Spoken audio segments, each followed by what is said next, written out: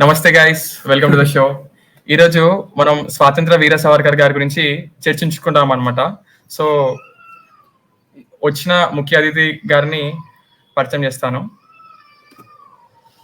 నమస్తే నాగేశ్వరరావు గారు. నమస్కారం అండి. రత్నాకరములు కడిగిన పదములు మంచుమకుటమున మించు ముత్యములు ఒడిలో ఆడెడు ఋషిముని గణములు భారతమాత నీకు నమస్సులు. నమస్తే భయ్య. సో భయ్య గురించి చెప్పుకుంటూ పోతే వారు ఆల్రెడీ ప్రీవియస్లీ లాయర్ గాను పనిచేశారు, అలానే రచయితలా స్థిరపడ్డారు అనమాట. ప్రస్తుతం వారు చాలా 3000కు పైగా ఆర్టికల్స్ రాశారు, అలానే 3350 పైగా ఎడిటోరియల్స్ రాశారు అనమాట. ఇంకా చెప్పాలంటే ప్లస్ బుక్స్ రాశారు. అండ్ హిస్ లేటెస్ట్ బుక్ విద్యకు విముక్తి, నేషనల్ ఎడ్యుకేషనల్ పాలసీ గురించి ఉంటుంది. అండ్ 1985లోనే వారు ఆంధ్రభూమి అనే పత్రికలో సావర్కర్ గారి గురించి రాశారనమాట. అప్పటి నుండే వారు సావర్కర్ గారి గురించి తెలుసుకుంటూ చదువుకుంటూ వస్తున్నారు. ఇప్పుడు వారు మనకి మార్గదర్శనం ఇస్తారనమాట.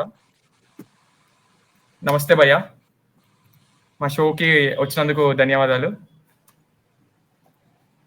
సో ఇప్పుడు మనం ఎలా అనుకుంటున్నామంటే, మేము షో ఎలా అనుకున్నామంటే సావర్కర్ గురించి అసలు తెలియదు, ఇప్పుడే సావర్కర్ గురించి ఫస్ట్ టైం వింటున్నారు జనాలు అన్నట్టు అనుకొని ఇప్పుడు సావర్కర్ అంటే ఎవరు అని అంటే జనాలకి లైక్ సింపుల్ గా ఎక్స్ప్లెయిన్ చేద్దాం అన్నట్టు అనుకున్నాము. సో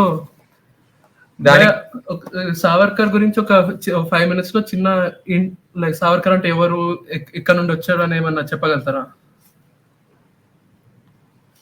సావర్కర్ పేరు వినాయక దామోదర్ సావర్కర్. దామోదర్ సావర్కర్ అనే పేరు వాళ్ళ తండ్రి గారిది, వాళ్ళ నాన్నగారిది. సావర్కర్ వాళ్ళ కుటుంబం వాళ్ళు మహారాష్ట్రలోని నాసిక్ ప్రాంతంలో, నాసిక్ అంటే అందరికీ తెలుసు, నాసికా త్ర్యంబకం అంటారు, గోదావరి నది అక్కడ పుట్టి ప్రవహిస్తూ బంగాళాఖాతంలో చేరుతుంది. అలా గోదావరి నది ఏ విధంగా ప్రవహిస్తూ అనేక వేల లక్షల ఎకరాల భూమిని సస్యశ్యామలం చేస్తూ జనానికి ఆహారాన్ని ప్రసాదిస్తుందో, అలాగే స్వతంత్ర వీర సావర్కర్ గా ప్రసిద్ధికెక్కిన దామోదర్ వినాయక్ సావర్కర్ కూడా నాసికా త్ర్యంబకంలో పుట్టి మొత్తం ఒక మహానది వలె మొత్తం భారతీయుల మానస సీమలను ముంచెత్తాడు. వారిని దేశభక్తి భావాలతో పండించాడు. సావర్కర్ తల్లిదండ్రులకు 3 కుమారులు. మొదటి ఆయన గణేష్ సావర్కర్, రెండవ ఆయన మనం మాట్లాడుకుంటున్న వినాయక్ సావర్కర్, మూడవ కుమారుడు నారాయణ్ సావర్కర్. ఈ 3 కూడా గణేష్ దామోదర్ సావర్కర్, వినాయక్ దామోదర్ సావర్కర్, నారాయణ్ దామోదర్ సావర్కర్ అంటే తండ్రి పేరు కూడా కలుపుకుంటారు. కాబట్టి ఆ విధంగా నాసికా త్ర్యంబకం సమీపంలోని బాగూర్ అన్న చోట ఆ దామోదర్ సావర్కర్ దంపతులకు మన ఇప్పుడు ఈనాటి చర్చనీయాంశమైన స్వతంత్ర వీర సావర్కర్ జన్మించారు. ఆయనను స్వతంత్ర వీర సావర్కర్ అని ఎందుకు అంటున్నామంటే, ఆయన జీవితమే బ్రిటన్ వ్యతిరేక స్వాతంత్ర సమరానికి ఒక ప్రతీక. మొత్తం ఆయనకు వేరే వ్యక్తిగత జీవితం అంటూ లేదు. మొత్తం పుట్టినప్పటి నుంచి కూడా 83 ఏళ్ళు జీవించినప్పటికీ ఆ 83 ఏళ్ల జీవితం కూడా ఆయనకు దేశభక్తి, జాతీయత, స్వాతంత్ర్యము, సంస్కృతి, సామాజిక సమరసత ఇటువంటి భావాలకు వారు పనిచేశారు. కాబట్టి దామోదర్ సావర్కర్ అంటే స్వతంత్రం గుర్తొస్తుంది, స్వతంత్రం అంటే దామోదర్ సావర్కర్ గుర్తొస్తుంది. ఆయన కలియుగంలో ఈనాడు 5126వ సంవత్సరం నడుస్తుంది కలియుగంలో. వారు కలియుగంలో 4900 85వ సంవత్సరంలో జన్మించారు. అంటే క్రీస్తు శకం ప్రకారం చెప్పాలంటే 1883 సంవత్సరంలో వారు జన్మించారు. బాల్యం నుంచి కూడా పువ్వు పుట్టగానే పరిమళిస్తుంది అన్నట్టుగా వారు బాల్యం నుంచి కూడా ఈ జాతీయ భావాలను, దేశభక్తిని, తర్వాత విదేశీయులపై పోరాడి వాళ్ళను తరిమేసి దేశాన్ని స్వతంత్రం చేయాలి అనే ఒక నిష్ఠ కలిగిన బాలుడుగా పెరిగాడు, యువకుడుగా వికసించాడు. తర్వాత వారి జీవితం అంతా కూడా స్వాతంత్రం గురించి, దేశం గురించి ఆలోచిస్తూ ఒక భరతమాత యొక్క వజ్రాల బిడ్డలలో ఒకడుగా ఆయన, వజ్రాల బిడ్డలలో అగ్రగణ్యుడిగా చెప్పుకోవచ్చు స్వతంత్ర వీర సావర్కర్. ఇప్పుడు సావర్కర్ కి ఏ ఏజ్ లో ఆర్ ఎలా ఇన్స్పైర్ అయ్యారు ఫ్రీడమ్ మూవ్మెంట్ లో పాల్గొనాలి అని చెప్పేసి? అంటే సావర్కర్ చెప్పాం కదా, క్రీస్తకం 1883లో పుట్టాడని. 1898కి వారి వయస్సు 15 సంవత్సరాలు. ఈ 15వ సంవత్సరాల వయసులో ఒక ప్రధానమైన ఘటన జరిగింది మన దేశంలో. స్వాతంత్ర వీరులు సాధించిన ఒక విజయం ఆనాడు ప్రస్ఫుటించింది. ఆ విజయం ఏమిటంటే, ఆనాడు రాండ్ అని ఒక బ్రిటన్ కలెక్టర్ ఉండేవాడు. వాడు కలెక్టరే కానీ వాడు చాలా బ్రహ్మాండమైన నరరూప రాక్షసుడిగా పనిచేస్తూ ఉండేవాడు. భారతీయులంటే చిన్న చూపు, భారతీయులను నిష్కారణంగా హింసించడము, లేదా చెరసాలల్లో తోసి వాళ్ళను హింసించడము. అంతేకాకుండా ఆనాడు ఆ రాండ్ కలెక్టర్గా ఉన్న సమయంలో ప్లేగు వ్యాధి వచ్చింది. ఆ ప్లేగు వ్యాధిని నిరోధించకపోగా, నిర్మూలించకపోగా, చికిత్స చేయించకపోగా, లేదా సహాయం చేయకపోగా, సహాయం చేస్తున్న దేశభక్తులను కానివ్వండి, సహాయం చేస్తున్న స్వదేశీయ ప్రజలను కానివ్వండి హింసించేవాడు ఆ రాండ్ అనేవాడు. కాబట్టి అటువంటి నరరూప రాక్షసుని అనేక మందిని హత్య చేయించిన ఒక దుర్మార్గుడు ఆ రాండ్. అతన్ని చాపేకర్ సోదరులుని 3 సోదరులు, ఒకరు దామోదర్ చాపేకర్, బాలకృష్ణ చాపేకర్, ముగ్గురు సోదరులు. వాడు గుర్ర బగ్గీలో పోతుంటే మొదటి 2 వాడి మీద దాడి చేసి చంపేశారు. అంటే ఈ దేశాన్ని దోచుకోవడానికి వచ్చి ఇక్కడ హత్యాకాండ చేయిస్తున్న ఒక బీభత్సకారుడిని మట్టు పెట్టడం అనేది భరతమాతకు సేవ చేసినట్టు కాగలదు. కాబట్టి ఆ విధంగా ఆంగ్లేయులపై పోరాడడానికి వాళ్ళు శ్రీకారం చుట్టారు ఈ చాపేకర్ సోదరులు. కాబట్టి ఆ చాపేకర్ సోదరులు రాండ్ను చంపిన తర్వాత వాళ్ళ ముగ్గురిని కూడా బ్రిటన్ ప్రభుత్వం ఉరి తీసింది, అంటే హత్య చేయించింది. ఇలా ఒక దేశభక్తులు, 3 దేశభక్తులు, అంటే చివరి వాడి వయస్సు 20 ఏళ్లే, పెద్ద ఆయన వయస్సు 28 ఏళ్ళు వాళ్ళ ఉరికమ్మ మెక్కే నాటికి. కాబట్టి భరతమాత సేవలో 3 యువకులు, అన్నదమ్ములు ఒకేసారి వారు తమ జీవితాలను అర్పించుకోవడం అనేది ఆనాడు దేశమంతటా కూడా వ్యాపించిన ఒక మహా విప్లవ వార్త. అంటే అక్కడే జరిగింది కాబట్టి, తమకు సమీపంలోనే జరిగింది కాబట్టి వినాయక్ దామోదర్ సావర్కర్ వాళ్ళన్న గణేష్ దామోదర్ సావర్కర్ కూడా ఈ దుర్ఘటన పట్ల చాలా వాళ్ళు కలత చెందారు. మేము కూడా చాపేకర్ సోదరులాగానే భరతమాతకు సేవ చేయాలి, భరతమాతను ఈ విదేశీయుల పరిపాలన నుంచి విముక్తం చేయాలి అన్న ఒక దీక్ష తీసుకున్నారు. అదేవిధంగా ఛత్రపతి శివాజీ ఏ విధంగా భవానీ మాత దగ్గర శపథం తీసుకున్నాడో, హిందూ సామ్రాజ్యాన్ని నిర్మించి ఈ దేశాన్ని జిహాదీల నుంచి విముక్తం చేస్తానని, అదేవిధంగా వినాయక దామోదర్ సావర్కర్ కూడా అక్కడ నాసిక్ లో ఉన్న దుర్గాదేవి ఆలయంకి వెళ్ళి అక్కడ ఒక రోజంతా దీక్షలో ఉండి శపథం చేశాడు, నేను నా జీవితం అంతా కూడా భరతమాత సేవకు అంకితం చేస్తాను, బ్రిటన్ వాళ్ళను ఈ దేశం నుంచి వెళ్ళగొట్టడానికి ప్రయత్నం చేస్తాను అని శపథం తీసుకున్నాడు. అది ఆయనకు అంటే ప్రేరణ కలిగించిన, అంటే అంతకుముందు కూడా మామూలుగా విద్యార్థిగా ఉన్నప్పుడు ఇతరులు లోకమాన్య తిలక్ కానివ్వండి, మిగతా నాయకుల ప్రసంగాలు వినేవాడు. వింటూ ఉన్నప్పటికీ కూడా ఇది ప్రధానమైన ప్రేరణ అయింది, చాపేకర్ సోదరుల బలిదానం. చాపేకర్ల సోదరుల బలిదానంతో స్వాతంత్ర వీర సావర్కర్ గారికి ప్రేరణ పొంది వారు మూమెంట్ స్టార్ట్ చేశారు అనమాట. వారి లోపల కూడా భారతదేశంకి మనం కూడా ఏదో ఒకటి చేయాలి అనేసి రివల్యూషన్ స్టార్ట్ చేయడానికి ట్రై చేస్తారు. ఓకే. ఇప్పుడు సావర్కర్ గారి కాలేజ్ లైఫ్ ఎలా ఉండేది? అండ్ మరియు కాలేజ్ లో కూడా కొన్ని సొసైటీ లాగా బిల్డ్ చేసి దాంతో కూడా ఏమో చేశారని చెప్పేసి అంటారు కదా జనరల్ గా. వాటి గురించి కొంచెం ఎలాబరేట్ చేస్తారా? మన దేశంలో తిలక్ మహాశయుడు, లోకమాన్య తిలక్ మహాశయుడు నాయకత్వంలో ప్రధానంగా స్వదేశీయ ఉద్యమం ప్రారంభమైంది. అంటే విదేశీయ వస్తువులను మనం కొనకూడదు, విదేశస్తుల సేవలను వినియోగించుకోకూడదు, ఈ దేశంలో తయారైన వస్తువుల్ని ఉపయోగించుకోవాలి అనేది స్వదేశీయ ఉద్యమం.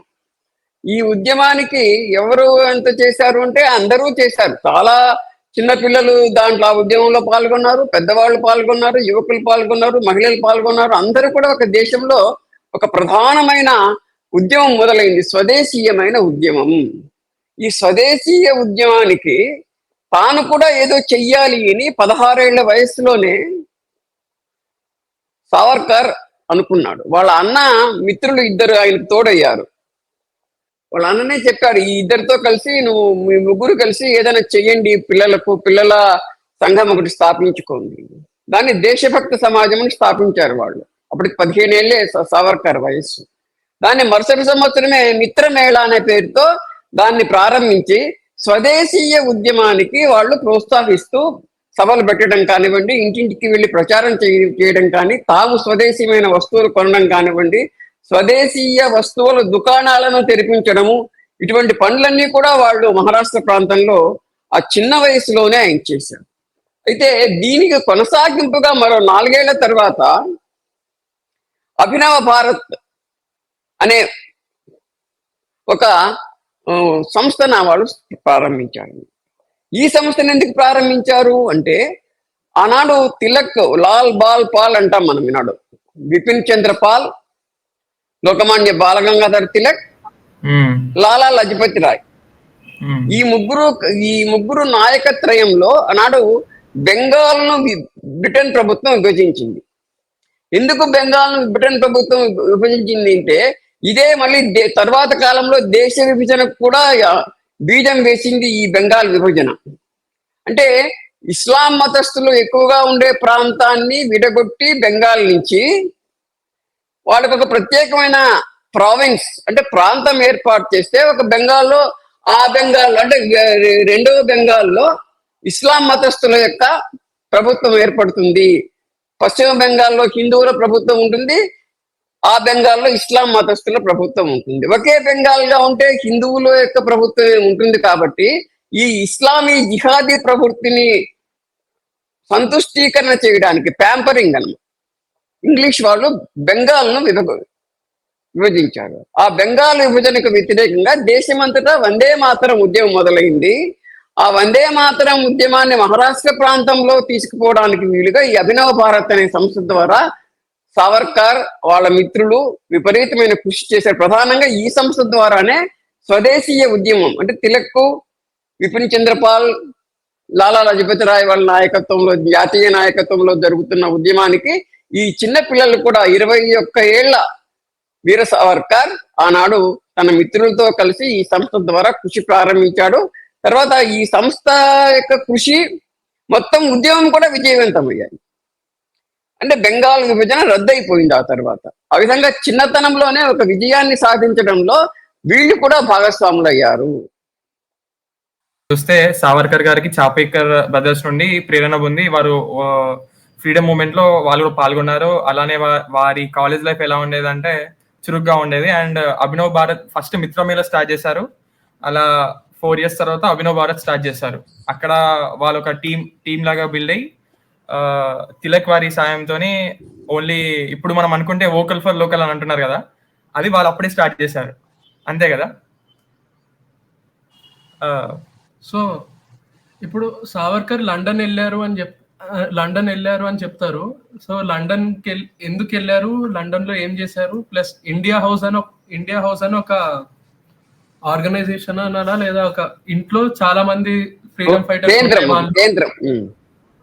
కేంద్రం, ఒక అందులో చాలా మంది ఫ్రీడమ్ ఫైటర్స్ కలిసి అక్కడ నుండి పనిచేసే వాళ్ళు అని చెప్తారు. సో అక్కడ ఇండియా హౌస్ అంటే ఏంటి, అందులో ఏం చేసే వాళ్ళు, ఎలాంటి పనులు చేశారు? అంటే సావర్కర్ ఈ వందే మాతరం ఉద్యమం అయిపోయిన తర్వాత, అది విజయవంతమైన తర్వాత ఇక మొత్తం తన జీవితాన్ని స్వాతంత్ర సాధన కోసమే ఉపయోగించాలి అని నిర్ణయించుకున్నారు. అదేవిధంగా సాయుధ సమరం ద్వారా మాత్రమే స్వాతంత్రం వస్తుంది ఈ దేశానికి అన్న విషయాన్ని గాఢంగా విశ్వసించాడు 21 ఏళ్ల వీర సావర్కర్. అయితే మనకు ఒక నేపథ్యం చూసినట్టయితే, ఈ దేశంలోకి పోర్చుగీస్ వాళ్ళు, బుడతకీచులు మొట్టమొదట వచ్చారు. అప్పటికి విజయనగర సామ్రాజ్యం ఉండింది దక్షిణ భారతదేశంలో. అంటే కలియుగం 1600 సంవత్సరంలో వాళ్ళు వచ్చారనమాట ఇక్కడ. అంటే క్రీస్తు శకం ప్రకారం 1498వ సంవత్సరం. అంటే ఐరోపా దుష్ట చతుష్టయమో అంటున్నాం మనం. పోర్చుగీస్ వాళ్ళు, ఆంగ్లేయులు, ఫ్రాన్స్ వాళ్ళు, డచ్ వాళ్ళు, ఈ నలుగురు కలిసి ఐరోపా దుష్ట చతుష్టయం. అంతకు పూర్వం ఈ దేశంలోకి చొరబడిన దుష్ట చతుష్టయం, జిహాదీ దుష్ట చతుష్టయం ఉంది. అది ఏమిటి? ఖిల్జీలు, తుగ్లక్లు, గజనీలు, గోరీలు, వీళ్ళు దుష్ట చతుష్టయం, జిహాదీ దుష్ట చతుష్టయం. వీళ్ళు 800 ఏళ్ళు దాదాపు ఈ దేశాన్ని కొల్లగొట్టిన తర్వాత కొత్తగా వచ్చిన ఐరోపా దుష్ట చతుష్టయం ఎవరంటే పోర్చుగీస్ వారు, అంటే బుడతకీచులు. ఆంగ్లేయులు, వాళ్ళను పరంగీలు అన్నారు మన వాళ్ళు. తర్వాత డచ్చి వాళ్ళు, వలందరీలు.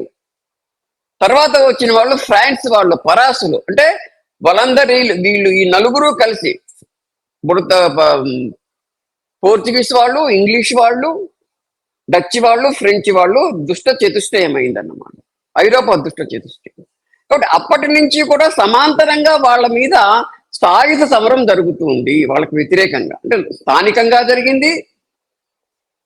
ఆ తర్వాత ఈ స్థానికంగా జరిగిన ఐరోపా వ్యతిరేక సమరాలన్నీ ఒక సమీకృతమై ప్రథమ భారత స్వాతంత్ర సంగ్రామం జరిగింది. అది క్రీస్తకం 1857లో ప్రారంభమైంది. తర్వాత నేతాజీ సుభాష్ చంద్రబోస్ విజయం సాధించి ప్రధానమంత్రిగా ప్రభుత్వాన్ని ఏర్పాటు చేసే వరకు కూడా కొనసాగింది. అంటే 445 ఏళ్ల పాటు సాయుధ సమరం జరిగింది. అందులో ఒక ప్రధానమైన ఘట్టం ఏమిటంటే, ప్రాంతీయమైన సమరాలన్నీ కలిసి ఒక జాతీయ స్థాయిలో బ్రిటన్ వ్యతిరేక సమరం ప్రారంభమైంది. దాన్నే ప్రథమ భారత స్వాతంత్ర సంగ్రామం అంటున్నాం మనం. మంగళ్ పాండే కానివ్వండి, ఝాన్సీ లక్ష్మీబాయి కానివ్వండి, అప్పటి నుంచి మొదలైంది. అయితే ఇంగ్లీష్ వాళ్ళు ఏమన్నారంటే, అది కేవలం సిపాయిల తిరుగుబాటు అన్నారు. అంటే దాని ప్రాధాన్యాన్ని తగ్గించేసి చరిత్ర రాశారు. కానీ అది సిపాయిల తిరుగుబాటు మాత్రమే కాదు. బంకించంద్ర చటర్జీ వందే మాతరం గీతం రాశారు, ఆనందమఠ నవలు రాశాడు. అంటే అనేక మంది సాయుధ సమర వీరులు పోరాడుతూనే ఉన్నారు అప్పటి నుంచి. సావర్కర్ కాలంలో చాపేకర్ సోదరులు బలిదానం చేసేంత వరకు కూడా ఆయుధాలు పట్టుకుని స్వాతంత్ర సమర వీరులు పోరాడుతూనే ఉన్నారు. కాబట్టి స్వాతంత్రం కోసం జరిగిన 2 రకాలైన పోరాటాలలో మొట్టమొదటిది సాయుధ సంఘర్షణ, రెండవది అది కేవలం 45-50 ఏళ్ళు మాత్రమే జరిగింది, అది సత్యాగ్రహ సమరం. కాబట్టి స్వాతంత్ర వీర సావర్కర్ ఈ సాయుధ సమర మార్గం ద్వారానే దేశానికి స్వాతంత్రం వస్తుంది అనే విషయాన్ని వారు గ్రహించారు. జరిగింది కూడా అదే. నేతాజీ సుభాష్ చంద్ర బోస్ వల్లనే ఈ దేశానికి స్వాతంత్రం వచ్చింది. కాబట్టి మొదటి ప్రభుత్వం కూడా నేతాజీ సుభాష్ చంద్రబోస్ ఏర్పాటు చేశారు. కాబట్టి 445 ఏళ్ల పాటు సాగిన ఈ సుదీర్ఘమైన సాయుధ సమరంలో ఒక ప్రధానమైన ఘట్టం మొదటి స్వాతంత్ర సమరం, ప్రథమ భారత స్వాతంత్ర సమరం. దాన్ని సిపాయిల తిరుగుబాటు అని చెప్పి ప్రాధాన్యాన్ని తగ్గించారు కదా. అది కాదు, అది నిజంగా ప్రథమ భారత స్వాతంత్ర సమరము సిపాయిల తిరుగుబాటు మాత్రం కాదు. ఒక జాతీయ స్థాయిలో యావత్ భారత జాతి కూడా ఉవ్వెత్తున ఒక అగ్ని కీలల వలె, సమర జ్వాల వలె ఉప్పొంగిన ఆ మహాసమరం అది అని చెప్పి జాతికి జగత్తుకు కూడా చెప్పిన వాడు స్వాతంత్ర వీర సావర్కర్. ఆయన దాని గురించి ఒక పుస్తకం కూడా రాశాడు. అప్పటికి ఆయనకు వయస్సు 23 ఏళ్ళు. కాబట్టి ఈ విధంగా పోరాటం సాగించడానికి వీలుగా విదేశాలలో లండన్లోనే ఉంటేనే మొత్తం ప్రపంచంలో ఉండే భారతీయుల ప్రవాస భారతీయులతో కలిపి మనం ఏదైనా చేయగలము ఈ సాయుధ సమరానికి అన్న ఉద్దేశంతోనే వీరు అక్కడికి వెళ్ళారు. ఈలోగానే ఒక కలెక్టర్ హత్య జరిగింది, ర్యాండ్ హత్య జరిగింది కదా. ఆ తర్వాత ఆ నేరం కొనసాగుతూ అనేక మంది ఆంగ్లేయ అధికారులను కూడా స్వతంత్ర వీరులు, స్వదేశీ వీరులు మట్టుపెట్టారు. అలా మట్టుపెట్టిన ఘటనలో ఒకదానిలో సావర్కర్కు సంబంధం ఉందని చెప్పి ఈయన మీద కేసు పెట్టారు. ఆ కేసు పెట్టడము, ఈయన లండన్కి వెళ్ళడము సమాంతరంగా జరిగాయి. కాబట్టి ఆ నేరం మీద ఈయన్ని అరెస్ట్ చేయాలని చెప్పి ప్రయత్నాలు జరుగుతున్నాయి. ఈలోగా వీరు ఈ పుస్తకాన్ని రాశారు. ఏ పుస్తకాన్ని? 1857 మే 10వ తేదీన జరిగిన ప్రారంభమైన స్వాతంత్ర సమరం అది కేవలం సిపాయిల తిరుగుబాటు కాదు. అదేంటి? ప్రథమ భారత స్వాతంత్ర సమరం. అది కలియుగం 4959వ సంవత్సరం పింగళి నామ సంవత్సరం. అది చైత్ర బహుళ పాడ్యమి నాడు అది ప్రారంభమైంది. దాన్ని ఇంగ్లీష్ డేట్ లో చెప్పాలంటే, క్యాలెండర్ డేట్స్ లో చెప్పాలంటే 1857 మే 10వ తేదీ. కాబట్టి ఆ స్వాతంత్ర సమరం యొక్క ప్రాధాన్యాన్ని ప్రజలకు చెప్తూ రాసిన పుస్తకాన్ని ఇంగ్లీష్ వాళ్ళు ఈ పుస్తకం రాశాడని ప్రచారమైంది. అక్కడ ఉన్న ఇండియా హౌస్ అనేది ఈ విప్లవకారులందరికీ కేంద్ర బిందువుగా ఉంది. కొంతమంది విద్యార్థులుగా వెళ్ళారు, కొంతమంది వ్యాపారస్తులుగా వెళ్ళారు, కొంతమంది ఉద్యోగాలు చేయడానికి వెళ్ళారు, కొంతమంది సరదాగా స్థిరపడడానికి వెళ్ళారు. కానీ ఇవన్నీ కూడా కేవలం ముసుగులు మాత్రమే. వీళ్ళ యొక్క అందరి యొక్క లక్ష్యం కూడా భారతదేశం నుంచి ఇంగ్లీష్ వాళ్ళని వెళ్ళగొట్టాలని చెప్పి వాళ్ళ దేశంలోనే వీళ్ళు పోరాటం చేస్తారు. వాళ్ళు వచ్చి ఇక్కడ తిష్ట వేసి మనలో దోపిడీ చేస్తున్నారు కదా, వీళ్ళు వెళ్ళి అక్కడి నుంచినే వాళ్ళకు వ్యతిరేకంగా పోరాటం చేసే ఒక వ్యూహానికి ఆ వ్యూహకర్త సావర్కర్ వంటి వాడు. కాబట్టి ఆ పుస్తకాన్ని, అంటే స్వాతంత్ర సమరాన్ని గురించి ఈయన రాసిన పుస్తకాన్ని వాళ్ళు బ్యాన్ చేశారు, అంటే నిషేధించారు. ఇప్పుడు ఇంకా పుస్తకం పబ్లిష్ కాలేదు. పబ్లిష్ కాకుండానే ఆ పుస్తకాన్ని నిషేధించారు. అయితే సావర్కర్ మిత్రులు ఏం చేశారంటే, హాలండ్ లో ఉన్న మిత్రులు కొంతమంది ఆ పుస్తకాన్ని పబ్లిష్ చేసి ప్రచురించి కొన్ని వేల కాపీలను భారతదేశానికి పంపించారు, కొన్ని వేల ప్రతులను భారతదేశానికి పంపించారు. కాబట్టి ఈ విధంగా సావర్కర్ యొక్క కృషి అనేది ఆ పుస్తకం రచన, ఆ పుస్తకం పంపిణీ దీనివల్ల ద్విగుణీకృతమైంది అన్నమాట. అయితే ఇప్పుడు లండన్ లో కూడా జీవితం, అక్కడికి వెళ్ళాక కూడా వారు జనరల్ గా లండన్ వెళ్ళింది చదువుకోవడానికి, ఎలా చదువుకోవడానికి అని చెప్పి అంతవరకు తెలుసు నాకు. సో అక్కడ ఇండియన్ హౌస్ అని చెప్పి ఇందాక ఏదో చెప్పారు కదా మీరు, ఆ కేంద్రంలో సేమ్ సావర్కర్ సేమ్ పర్సన్స్. అంటే ఆయన లా చదివాడు, లా పూర్తి చేశాడు, లాయర్ గా ఆయన ఎన్రోల్ కావడానికి వచ్చినప్పుడు ఆయన బ్రిటన్ రాజుకు, అంటే బ్రిటన్ ప్రభుత్వానికి విధేయత ప్రకటిస్తూ ప్రమాణం చేయాలి.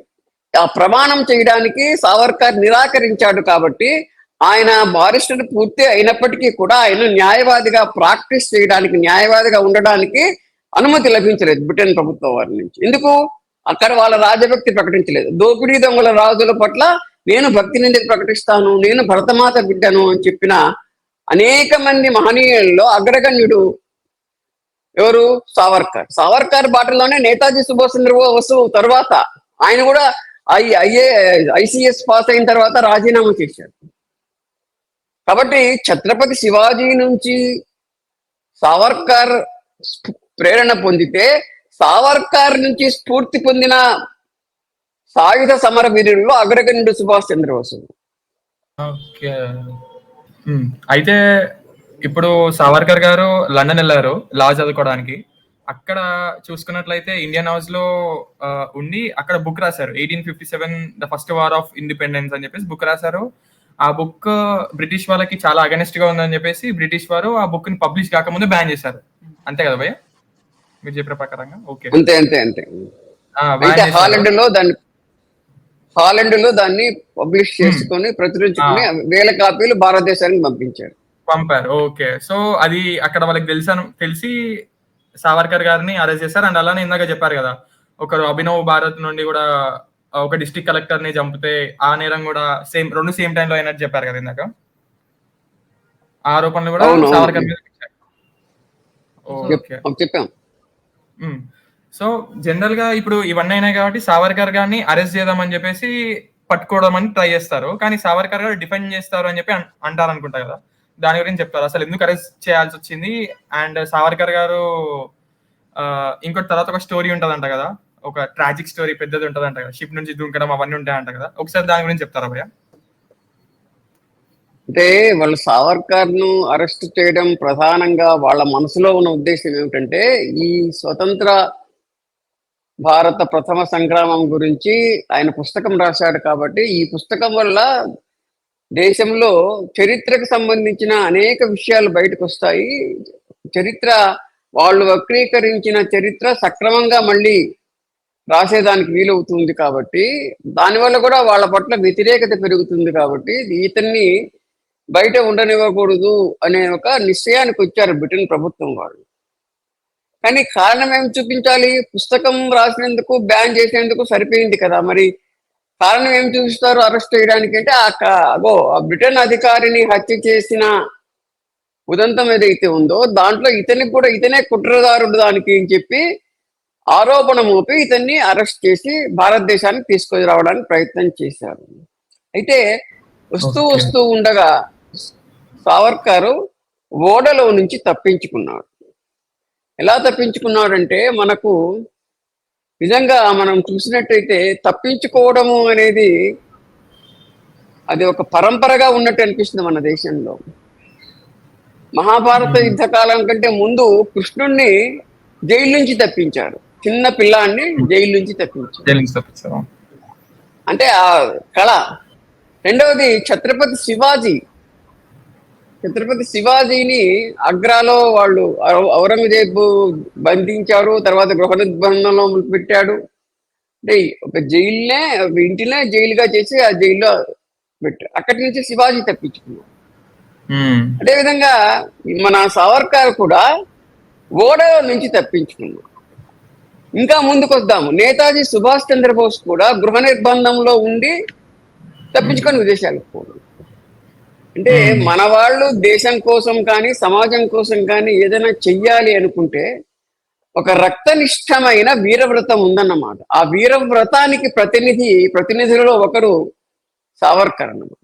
కాబట్టి మన దేశానికి వస్తుంది, ఇంగ్లాండ్ నుంచి బయలుదేరిన తర్వాత అది తూర్పుగా వచ్చి ఫ్రాన్స్ తీరంలో లంగర్ వేసినప్పుడు ఆ లంగర్ వేసిన ఓడలో నుంచి ఈయన శౌచాలయానికి వెళ్ళి ఆ శౌచాలయంలో ఉన్న కన్నం గుండా సముద్ర జలాల్లోకి వెళ్ళిపోయాడు. ఆ వెళ్ళినప్పుడు చాలా సాహసంతో కూడిన కష్టంతో కూడిన పని. అలా ఆ శౌచాలయం యొక్క కన్నం నుంచి సముద్రంలోకి జారడం అనేది, శరీరం అంతా బాగా రక్తసిక్తం అయిపోయిందట. అంత కష్టాన్ని భరించి ఆ చర్మం గోక్కుపోతున్నా, గీరుకుపోతున్నా, రక్తం వస్తున్నా కూడా భరించి సముద్ర జలాల్లోకి చేరుకున్నాడు. అక్కడి నుంచి ఈదుకుంటూ వెళ్ళి ఫ్రాన్స్ తీరానికి చేరాడు. అయితే ఫ్రాన్స్ తీరానికి చేరిన ఒక్క నిమిషం, షిప్ వెళ్తుంటే వెళ్ళే షిప్ లో నుండి ఆ కన్నం లోపలికి వెళ్ళారా బయటికి? అంటే షిప్ లంగర్ వేసి ఉంది, అంటే స్టాప్ అయింది అక్కడ. అంటే ఫ్రాన్స్ లో ఓడరేవులో ఆ ఓడరేవు దగ్గర ఇది లంగర్ వేసి ఉంది. ఏమైనా తీసుకునేదానికి సామాన్లు కొనుక్కునే దానికి కానివ్వండి, లేదా ఫ్రాన్స్ కు పోయే వాళ్ళు ఎవరైనా ఉంటే వాళ్ళను అక్కడ దింపడానికి కానివ్వండి, లంగర్ వేయడం అంటే స్టాప్ చేసి ఉండడం అన్నమాట. ఆ స్టాప్ చేసి ఉన్న అంటే స్టేషనరీ, అక్కడ స్టేషనరీగా ఉండేది అప్పుడు ఆ షిప్ అన్నమాట. పార్కింగ్ అంటారు కదా, అలా పార్క్ అయింది. ఇప్పుడు ఈయన శౌచాలయానికి వెళ్తానన్నాడు. సరే వెళ్ళమన్నారు రక్షక భటులు, పోలీసులు. ఆ శౌచాలయానికి వేసి తలుపు మూసేసుకుని ఆ కన్నం గుండా కిందికి సముద్రంలోకి జారిపోయాడు. అంటే ఇంత వ్యూహాత్మకంగా వ్యవహరించడము అనేది ఛత్రపతి శివాజీ నుంచి నేర్చుకుని ఉండొచ్చు. వీరి నుంచి నేతాజీ సుభాష్ చంద్రబోస్ నేర్చుకుంది. అంటే పళ్ళ బుట్టలో దాకా ఆయన పోయాడు కదా ఛత్రపతి శివాజీ, బయటకు వచ్చేసాడు. అట్లనే ఈయన శౌచాలయం కన్నం గుండా తప్పించుకొని కిందికి జారిపోయి ఫ్రాన్స్ తీరం వరకు ఈదుకుంటూ వెళ్ళిపోయి, నేను ఇట్లా ఇండియన్, నేను మీ దేశంలోకి వచ్చాను, ఇప్పుడు వాళ్ళు బ్రిటన్ వాళ్ళు నన్ను అరెస్ట్ చేశారు, నేను శరణార్థిగా వచ్చాను, నాకు ఆశ్రయం ఇవ్వండి, అరెస్ట్ చేయకుండా నిరోధించండి అని చెప్పాడు వాళ్ళకు, అధికారులకు. అయితే వాళ్ళు ఏం చేశారు, బ్రిటన్ వాళ్ళు, ఫ్రాన్స్ వాళ్ళు దాన్ని ఏమంటారు, డబుల్ గేమ్ అంటారు కదా, వాడికి సహాయం చేస్తున్నట్టు వీడికి సహాయం చేస్తున్నట్టు. ఆ విధంగా వాళ్ళ యొక్క కుట్ర ఏమిటంటే, వీడిని ఇప్పుడు అతన్ని వదిలిపెడితే బ్రిటన్ వాళ్ళకు సహాయం చేసినట్టు అవుతుంది అంతర్జాతీయంగా. అంటే అంతర్జాతీయమైన నియమాలకు విరుద్ధంగా ఒక దేశం ఖైదీని ఇంకో దేశం వాళ్ళు తీసుకొని పోతుంటే, మూడవ దేశంలోకి వస్తే అతన్ని మళ్ళీ వెనక్కి తీసుకోవడానికి వీలు లేదు, అతనికి ఆశ్రయం ఇస్తే ప్రభుత్వం. కాబట్టి సావర్కర్కి వాళ్ళు ఆశ్రయం ఇచ్చిండొచ్చు, బ్రిటన్ వాళ్ళని నిరోధించిండొచ్చు. కానీ బ్రిటన్ తో ఈ ఒక్క వ్యక్తి కోసం ఎందుకు మాకు విరోధం అని చెప్పి వాళ్ళు పేపర్ మీదేమో మేము అరెస్ట్ చేయడానికి వీలు లేదు మీరు అని చెప్పి ఒకరు ఇచ్చారనమాట. ఎవరిని, సావర్కర్ని అరెస్ట్ చేయడానికి వీలు లేదు అని చెప్పారు. అయినప్పటికీ కూడా మళ్ళీ వాళ్ళ సమాధానం విని మేము సంతృప్తి పొందినాము, మీరు అరెస్ట్ చేయడం న్యాయమేనని చెప్పి వదిలిపెట్టేస్తే మళ్ళీ బ్రిటన్ వాళ్ళు ఆయన్ను బంధించి ఈసారి సంఖ్యలు కూడా వేసి అట్లా ఎలా తప్పించుకుపోవడానికి వీలు లేకుండా భారతదేశానికి తీసుకొచ్చారు. అయితే ఫ్రాన్స్ కు ప్రపంచ దేశాల యొక్క నిరసన ఏర్పడుతుందన్నమాట. ఇలా ఒక ఖైదీని, న్యాయంగా మీ దేశంలో శరణం కోరిన ఖైదీని మీరు వాళ్ళకి ఎలా అప్పగిస్తారు శత్రు దేశానికి అనే ఒక నింద మాకు వస్తుంది అని చెప్పి మళ్ళీ అంతర్జాతీయ న్యాయస్థానంలో వాళ్లే కేసు వేశారు. ఇట్లా మా దేశంలోకి వచ్చాడు ఆయన, ఫ్రాన్స్ వాళ్ళు వేశారు. అంటే అట్లా, అంటే అంతర్జాతీయ సమాజాన్ని నమ్మించడానికి, మేము వద్దన్నప్పటికీ కూడా ఆంగ్లేయులు బలవంతంగా తీసుకుపోయాడు అనే అర్థం వచ్చే విధంగా వాళ్ళు చేశారు. మళ్ళీ మాకు ఆ ఖైదీని మాకు అప్పగించాలి, మేము అప్పుడేమో నిజమే అనుకుంటుమే, ఇప్పుడు మాకు చూసినట్టయితే అది ఇంగ్లీష్ వాళ్ళదే, బ్రిటన్ వాళ్ళది తప్పు అనిపిస్తుంది, ఆ ఖైదీని మళ్ళీ మా దేశానికి తీసుకురావాలని చెప్పి అంతర్జాతీయ న్యాయస్థానంలో వీళ్ళు పిటిషన్ వేశారు. అదేం చేశారు, అందరూ ఇంగ్లీష్ వాళ్ళు కానీ ఐరోపా వాళ్ళంతా దొంగలు ఆ రోజుల్లో. ఆ కేసును దాదాపు 3-4 ఏళ్ల వరకు కొనసాగించి 2011లో అంటే సావర్కర్ అండమాన్ జైలుకు పోయిన తర్వాత వాళ్ళు తీర్పు చెప్పారన్నమాట. ఆ కోర్టు, ఇంటర్నేషనల్ కోర్టు వాళ్ళు ఏం చెప్పారు, ఇంగ్లీష్ వాళ్ళదే కరెక్టు అని చెప్పారు. అంటే ఫ్రాన్స్ వాళ్ళు ఆడిన నాటకము, ఇంగ్లీష్ వాళ్ళు చేసిన ద్రోహము, అంతర్జాతీయ న్యాయస్థానం కూడా వీళ్ళతో కుమ్మకి, ఐరోపా వాళ్ళంతా ఒకటే కదా, భారతదేశం ఆసియా దేశం లేదా భారతదేశం కంటే వాళ్ళకు ప్రధానం ఇంగ్లీష్ వాళ్ళ, ఈ బ్రిటన్ దేశం వాళ్ళకు కూడా ప్రధానం. ఉండే వాళ్ళందరూ ఐరోపా జడ్జీలే ఉంటారు అక్కడ, ఐరోపా న్యాయమూర్తులే ఉండేవాళ్ళు. భారతదేశం ఆనాడు బానిస కదా, కాబట్టి వాళ్ళు ఆ విధంగా నాటకం ఆడారు. సరే, భారతదేశానికి తీసుకొచ్చిన తర్వాత ఇక్కడ ఒకటి, ఆ కలెక్టరు బ్రిటన్ అధికారి హత్యలో కుట్ర చేసిన ప్రధాన కుట్రదారుడు సావర్కర్ అని చెప్పి నిరూపించి 25 ఏళ్ళు జైలు శిక్ష, అంటే ఒక జీవితకాలం జైలు శిక్ష. అంటే ఇక్కడ ఒక మూడు విషయాలు గమనించవచ్చు. జనరల్ గా సావర్కర్ గారు షిప్ లోకి వెళ్ళి బయటికి వెళ్ళడము చాలా వీరోచితంగా బయటికి వెళ్ళారు. అదొకటి గమనిస్తే ఫ్రాన్స్ వరకు ఈదుకుంటూ వెళ్ళారన్నారు కదా, అది ఇంకా సాహసమైన విషయం చెప్పాలంటే. అంటే దాదాపు చర్మానికి గాయమైనప్పటికీ కూడా అంటే పోర్టులో సముద్ర తీరానికి దూరంగా ఉంటుంది ఆ లంగర్ వేసిన స్థలము, కనీసం ఒక 2 కిలోమీటర్ అయినా ఉంటుంది, అది ఈదాడన్నమాట. ఇంకోటి, సావర్కర్ గారికి ఆల్రెడీ లా గురించి మొత్తం తెలిసి ఉంటది కాబట్టి వారు ఆ ప్లాన్ వేసి ఫ్రాన్స్ లోకి వెళ్తే ఇలా నిజంగా అంతర్జాతీయమైన న్యాయ సూత్రాలను ఫ్రాన్స్ వాళ్ళు పాటించి ఉంటే సావర్కర్ ను మళ్ళీ బ్రిటన్ వాళ్ళకి అప్పగించి ఉండకూడదు. వాళ్ళ దేశంలో ఆశ్రయం ఇచ్చేదానికి విచారణ జరిపిండాలి. ఆశ్రయం ఇవ్వాలా వద్దా అని తెలుసుకున్న తర్వాత ఆశ్రయం ఇచ్చి ఉంటే ఫ్రాన్స్ లో ఉండేవాడు. ఆశ్రయం ఇవ్వము చెప్పినప్పటికీ కూడా బ్రిటన్ వాళ్ళకి అప్పగించడానికి లేదు, అతను వేరే దేశానికి పోవాలంతే. అప్పుడు వేరే దేశానికి పోయి ఉండేవాడు అప్పుడు. ఆ విధంగా ఆ రెండు జరగకుండా చేశారు ఫ్రాన్స్ వాళ్ళ యొక్క నాటకం వల్ల. ఇక్కడ కూడా అన్ఫేర్ జరిగింది. సో అక్కడ నుండి బ్రిటన్ వాళ్ళు తీసుకొని ఇండియాకి తీసుకొచ్చారు మళ్ళీ ఫైనల్ గా సావర్కర్ ని. అక్కడ కోర్టులో నించోబెట్టి 25 years అన్నారు కదా. ఓకే, అక్కడికి వెళ్ళి 25 years ఒక నేరానికి. రెండవ నేరం ఇంకొక జీవిత ఖైదు కూడా వేశారు. అదేంటి, షిప్పులో నుంచి తప్పించుకొని పోయిన దానికి. ఒక నేరము బ్రిటన్ అధికారిని హత్య చేసినందుకు ఒక జీవిత కారాగార శిక్ష 25 ఏళ్ళు. షిప్ లో నుంచి తప్పించుకున్నాడు కదా, ప్రభుత్వానికి వ్యతిరేకంగా పనిచేశాడు కదా. ఇది కూడా దేశద్రోహం అని ఆరోపించి ఆ దేశద్రోహం నేరం కింద, దేశద్రోహం అంటే ఏ దేశానికి ద్రోహము? బ్రిటన్ దేశానికి ద్రోహం. బ్రిటన్ దేశానికి ద్రోహం.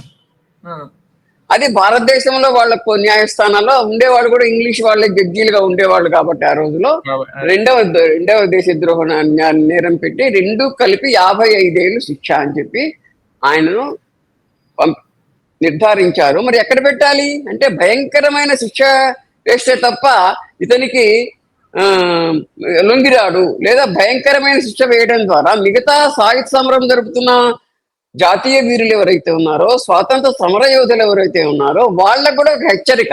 నువ్వు దొరికిన వాడికి ఏం గతి పట్టింది, మీకు కూడా దొరికితే ఇలాగే మిమ్మల్ని కూడా అండమాన్స్కో ఇంకా బర్మాకో ఎక్కడికో పంపిస్తారు, కాబట్టి మీరు లొంగిపోండి, లేదంటే మౌనం వహించండి, సైలెంట్ అయిపోండి అనే ఒక గుణపాఠం నేర్పిద్దాం జాతీయ సమరవీరులకు ఉన్న ఒక దురుద్దేశంతో అతన్ని అండమాన్కి పంపించి ప్రచారం కూడా చేశారు. ఏ విధంగా ఆయన భయంకరమైన పరిస్థితిని ఎదుర్కొంటున్నాడు అన్న విషయాన్ని ప్రముఖంగా ప్రచారం చేశారు బ్రిటన్ అధికారులు. ఎందుకని మిగిలిన వీరులు కూడా లొంగిపోవాలి, అరే మనము స్వాతంత్ర దామోదర సావర్కర్కు ఈ విధంగా జరిగింది, మనం దొరికితే కూడా మనకు అలాగే జరగాలి అని చెప్పి ప్రచారం చేయడానికి ప్రయత్నం చేశారు. అయితే సావర్కర్ను నిర్బంధించిన తర్వాత సమర వీరులు మరింత వేగంగా, మరింత విస్తృతంగా, మరింత ధ్యేయనిష్టతో, మరింత వీరవ్రతంతో దేశమంతటా కూడా అనేక మంది యువజనులు సాయుధ సమరాన్ని ఉధృతం చేయడం అనేది బ్రిటన్ వాళ్ళకు కురుకుడు పడిన విషయం అయిపోయింది. అరే దీన్ని నిర్బంధించి ఇంత ప్రచారం చేస్తున్నా కూడా మళ్ళీ ఇంకా సమరం కొనసాగుతుంది కదా అనే భయం కూడా వాళ్ళని పట్టుకుంది. అయితే భయంకరమైన పరిస్థితుల్లో సావర్కర్ను మనిషిలాగా మాత్రం వాళ్ళు చూడలేదు. ఒక జంతువులాగా సావర్కర్ను చూసి, జంతువులాగానే ఒక గానుగా నూనె గానుగ లాంటి గానుగకు ఎద్దులాగా సావర్కర్ను కట్టి రోజంతా తిప్పేవాడు. రోజంతా ఈ విధంగా 8 గంటల పాటు దాదాపు సావర్కర్ను ఒక ఎద్దులాగా తిప్పారు. ఊహించుకుంటే ఎంత భయంకరం, ఎంత మేధావి, ఎంతటి విద్యావంతుడు, ఒక అడ్వకేట్, ఒక న్యాయవాది, ఇంతటి మహాపురుషుడు, ఒక రచయిత, ఒక దేశభక్తుడు, ఒక భరతమాత వజ్రాల బిడ్డడు, అటువంటి మహాపురుషుడు, అటువంటి జాతీయ వీరుడు ఎద్దులాగా గానుగ కట్టి గానుగను తిప్పిన దృశ్యాన్ని మనం ఊహించుకుంటే ఈనాడు మన గుండెలు పగిలిపోతాయి. నిజంగా మనకే ఇలాంటి పరిస్థితి ఏమవుతుంది అంటే ఊహించరాని, సహించరాని, భరించరాని ఒక భయంకరమైన శిక్షణ ఆయన. తర్వాత కొబ్బరికాయను ఎట్లా తీస్తారు? పీచు కత్తితో కొట్టి చేతితో తీస్తారు. కత్తి లేదు, కొబ్బరికాయలను కొట్టి రాళ్లతో కానీ చేతులతో కానీ కొట్టి ఆ పీచు తీయాలి. ఇటువంటి శిక్ష, రకరకాలైన శిక్షలు. తర్వాత శౌచాలయాలు సరిగ్గా ఉండేవి కాదు, భయంకరమైన పరిస్థితుల్లో ఉండేవి శౌచాలయాలు. తర్వాత భోజనం సరిగా ఉండేది కాదు, భయంకరమైన భోజనం పెట్టేవాళ్ళు. అంటే ఒక పశువులు ఏ విధంగా హింస పెడతాడో ఒక దుర్మార్గుడైన యజమాని, అదే విధంగా దుర్మార్గుడైన బ్రిటన్ వాళ్ళు సావర్కర్ను ఆ విధంగా చిత్రహింసలకు, భరించరాని హింసలకు గురి చేస్తారు. కానీ ఒక అక్షయమైన జయనిష్ట, ఒక వీరవ్రతం ఉన్న సావర్కర్ ఎలాంటి భయాందోళనకు గురి కాలేదు. స్థితప్రజ్ఞుడు అంటారే, స్థితప్రజ్ఞుడు అంటే ఏంటి? ఎంతటి సుఖం వచ్చినా అతను పొంగిపోడు, ఎంతటి కష్టం వచ్చినా అతను పొంగిపోడు. స్థితప్రజ్ఞుడు అనే ఒక భగవద్గీతలో చెప్పిన స్థితప్రజ్ఞత్వానికి ఒక ఈ శతాబ్దంలో ఒక సాకారమైన ప్రతీక వీర సావర్కర్. ఆయన జైలుకు పోయినప్పుడు తర్వాత కూడా అండమాన్కు తరలించే సమయంలో 26 ఏళ్ల సావర్కర్ భార్య, 18 ఏళ్ల భార్య వచ్చింది ఆ జైలు దగ్గరికి. కుటుంబ సభ్యులు వచ్చారు, వాళ్ళందరినీ కూడా ఓదార్చాడు సావర్కర్. వాళ్ళందరికీ ధైర్యం చెప్పాడు. ఈ 18 ఏళ్ల భార్యకు చెప్పాడు, ధైర్యం చెప్పాడు, తమ్ముడికి ధైర్యం చెప్పాడు, కుటుంబ సభ్యులకు ధైర్యం చెప్పాడు. తాను ధైర్యవంతుడై అండమాన్స్కు వెళ్ళాడు. అండమాన్స్ లో ఏమైనా సరే, జీవితం ఏమైపోయినా సరే నా యొక్క ధ్యేయం నెరవేర్చుకోవాలి, భరతమాత బ్రిటన్ వాళ్ళ నుంచి విముక్తం కావాలి అనే ఒక ఆ సడలని వ్రతంతో ఆయన ఉన్నాడు. అయితే ఊరికే ఉండలేదు. దీపం లేకపోయినా బొగ్గుతో రాశాడు గోడల మీద. ఏవి కనపడితే అవి రాళ్లతో రాశాడు. ఒక 2 గ్రంథాలు ఆయన రాశాడు. మొత్తం ఆ 11 ఏళ్ల పాటు అండమాన్ లో ఉన్న సమయంలో 2 గ్రంథాలు రాశారు. కమల అనే ఒక పద్యకావ్యం, అది కూడా దేశభక్తికి సంబంధించిన పద్యకావ్యం. రెండవది భరతమాతను స్తుతిస్తూ పద్యాలు, అంటే సంకలనం అన్నమాట. ఈ 2 కావ్యాలు కూడా గోడల మీద రాస్తూ ఉండేవాడు. 30,000 పంక్తులను ఆయన రాశాడు అని చెప్తారు ఆయన జైల్లో ఉండగా. అయితే మరి వాళ్ళు ఊరికే ఉంటారా? ఇంగ్లీష్ వాళ్ళు, అధికారులు వాళ్ళు తుడిపేసేవాళ్ళు. తుడిపేసిన తర్వాత మళ్ళీ 5-6 రోజులు చూస్తే మళ్ళీ రాసిండేవాడు. ఇట్లా ఎన్నిసార్లు తుడిపారో, ఎన్నిసార్లు రాశాడో తెలియదు అన్నమాట. ఎందుకు? మొదటిసారి రాశారు, తుడిపేశారు, మళ్ళీ బుద్ధిని మస్తిష్కంలో నుంచి పుస్తకం నాశనమైనా మస్తకం నాశనం కాలేదు కదా, మళ్ళీ గుర్తు పెట్టుకొని మళ్ళీ రాశాడు. దీనివల్ల ఏమైందంటే వాళ్ళు తుడిపేస్తూ ఉంటారు, ఈయన రాస్తూ ఉన్నారు. ఫలితంగా 11 ఏళ్ళు అయ్యేసరికి వాళ్ళకే విసిగితే ఆ గోడల మీద అట్లాగే ఉంచేశారు వాళ్ళు. కాబట్టి సావర్కరు పుస్తకం రాశాడు జైల్లో అంటే కేవలం అది ఒక అద్భుతమైన విషయం అన్నమాట. అంత పెద్ద పుస్తకాలను ఎలా రాయగలిగాడు. అయితే బ్రిటన్ వాళ్ళకి ఏమైందంటే 11 ఏళ్ళు ఈయన జైల్లో ఉన్నాడు. స్వాతంత్ర సమరం ఆగడం లేదు, సాయుధ సమరం మరింత ఉధృతం అవుతూ ఉంది. భగత్ సింగ్ వీళ్ళందరూ వచ్చారు, చంద్రశేఖర్ ఆజాద్ వచ్చాడు, అల్లూరి సీతారామరాజు వచ్చాడు, అనేక మంది దేశమంతటా కూడా, కొమరం భీం వీళ్ళందరూ కూడా వచ్చారు. వీళ్ళందరూ పోరాట, ఇక్కడ హైదరాబాద్ సంస్థానంలో కూడా సాయుధ సమరం జరగడానికి ఆర్య సమాజ్ వాళ్ళు బీజాలు వేస్తున్న రోజులవి 1920 ఆ ప్రాంతంలో. అంతేకాకుండా సత్యాగ్రహ సమరం కూడా గాంధీ మహాత్ముని ఉద్యమం కారణంగా అది కూడా, దానికి కూడా రంగం సిద్ధమవుతుంది. లోకమాన్య తిలక్ అప్పుడప్పుడే మరణించాడు 1920 క్రీస్తకం ప్రకారం. లోకమాన్య తిలక్ అంతవరకు నాయకత్వం వహించిన లోకమాన్య తిలక్ పోవడంతో గాంధీకి నాయకత్వం వచ్చింది. కాబట్టి ఇవన్నీ జరుగుతున్నాయి ఇక్కడ. ఇవన్నీ జరుగుతున్న సమయంలో వాళ్ళకేమనిపించిందంటే ఇతన్ని ఎక్కువ కాలం ఇంకా జైల్లో పెట్టినట్టయితే మరింతగా ఈ ఉద్యమ జ్వాలలు చెలరేగుతాయి. కాబట్టి ఇతన్ని వదిలిపెట్టేద్దాం. వ్యూహాత్మకంగా బ్రిటన్ వాళ్ళ ఆలోచన వదిలిపెట్టేసి గృహ నిర్బంధం పేరుతో కానీ లేదా మామూలు జైల్లో భారతదేశంలోనే ఉంచుదాము అన్న వ్యూహం ప్రకారం వాళ్ళు సావర్కర్ను అక్కడ వదిలేసి రత్నగిరిలో జైల్లో ఉంచారు. రత్నగిరి జైల్లో 4 ఏళ్ళు ఉన్నాడు ఆయన. తర్వాత ఏం చేశారు? రత్నగిరి జైల్లో ఉన్నప్పటికీ కూడా ఇతర సాయుధ సమరవీరులందరూ కూడా మరింత ఆగ్రహోదగ్గులు అవుతారు కాబట్టి మరింత సమర పటిమ విస్తరించే అవకాశం ఉంది, సమర జ్వాలలు విస్తరించే అవకాశం ఉంది. అప్పటికే వీళ్ళంతా వచ్చారు, భగత్ సింగ్ వీళ్ళందరూ రంగం మీదకి వచ్చారు.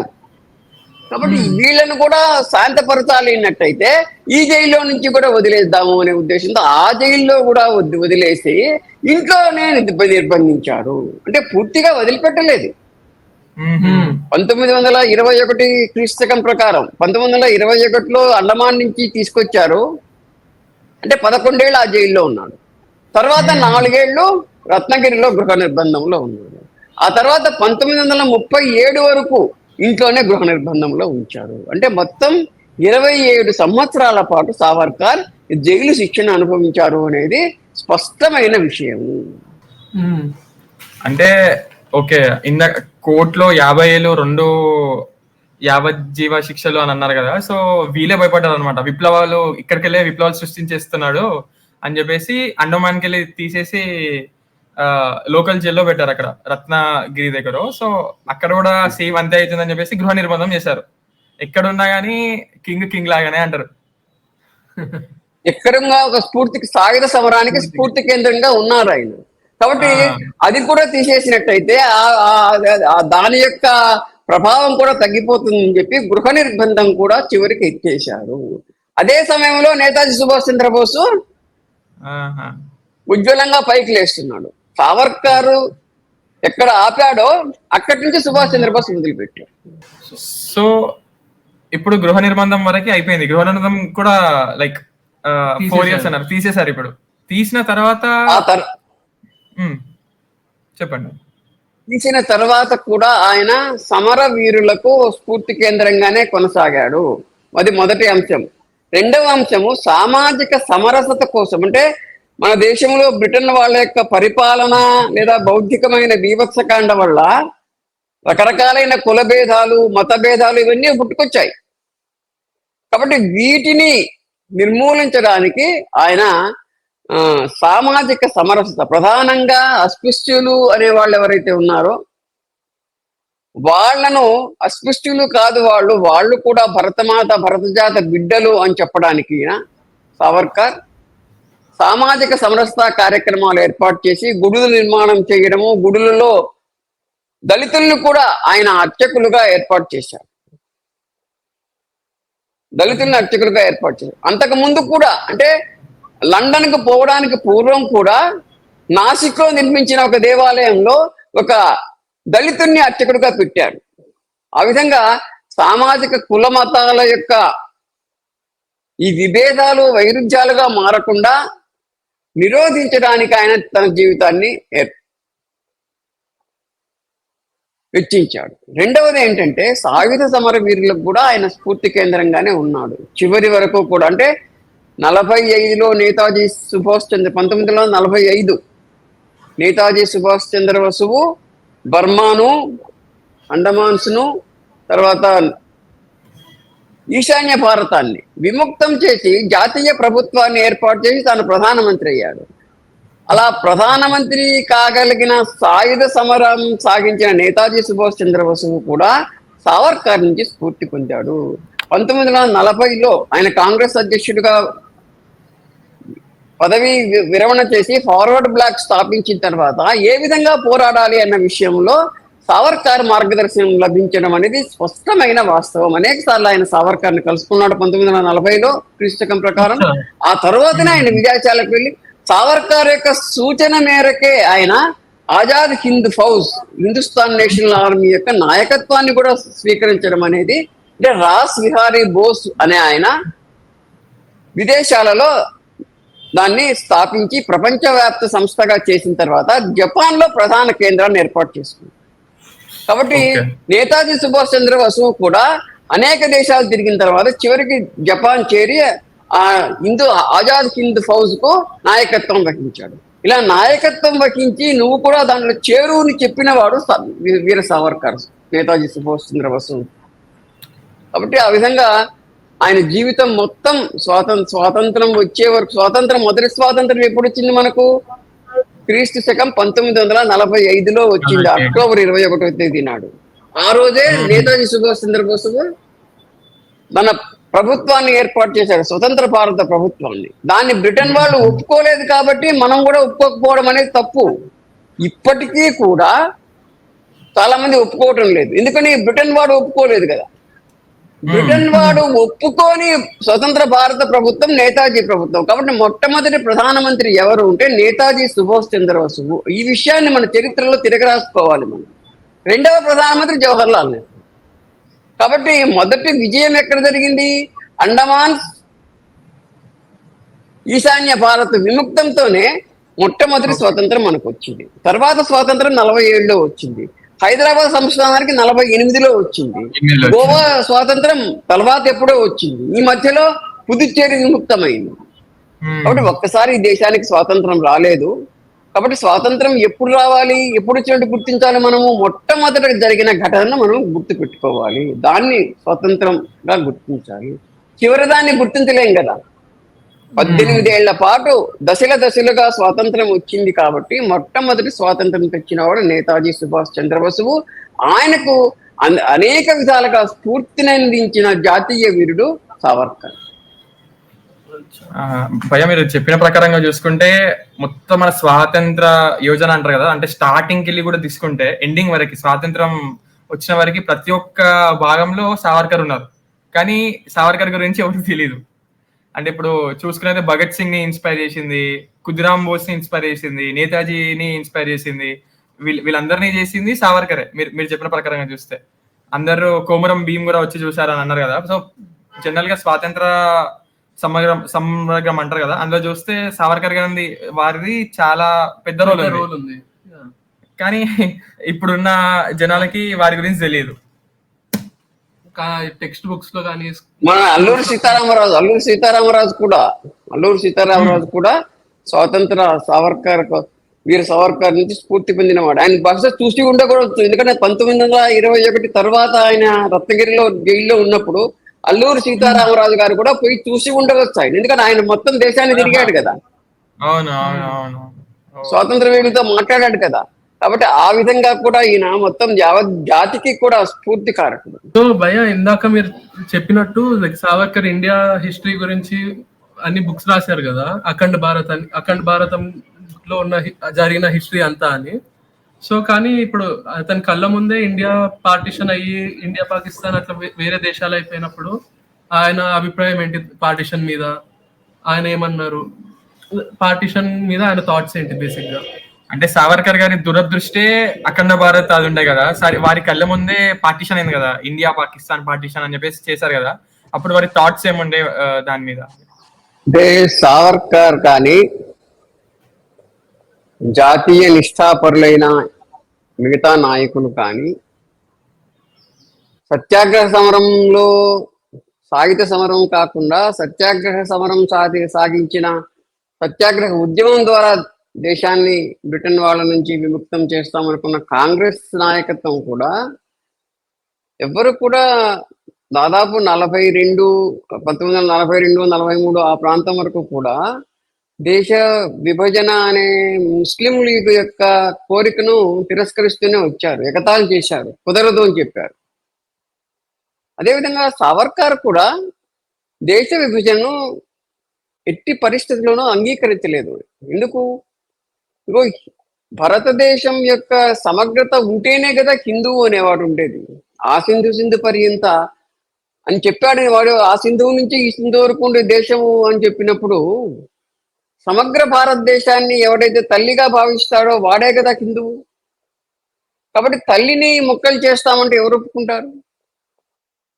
కాబట్టి సావర్కర్ ఎట్టి పరిస్థితుల్లోనూ దేశ విభజనకు అంగీకరించలేదు. అంగీకరించినాడు ఏమైనా ప్రచారాలు జరగచ్చు కాదు, ఎన్నో రకరకాలైన వికృతులతో ప్రచారాలు చేయొచ్చు కాదు. ఇంకా ప్రచారం ఏమిటి ఇప్పుడు జరుగుతున్నది? సావర్కర్ బ్రిటన్ వాళ్లకు క్షమార్పణ చెప్పాడు. సావర్కర్ లాంటి వాడు బ్రిటన్ వాళ్ళకు క్షమార్పణ చెప్తాడా? ఊహించగలమా అసలు?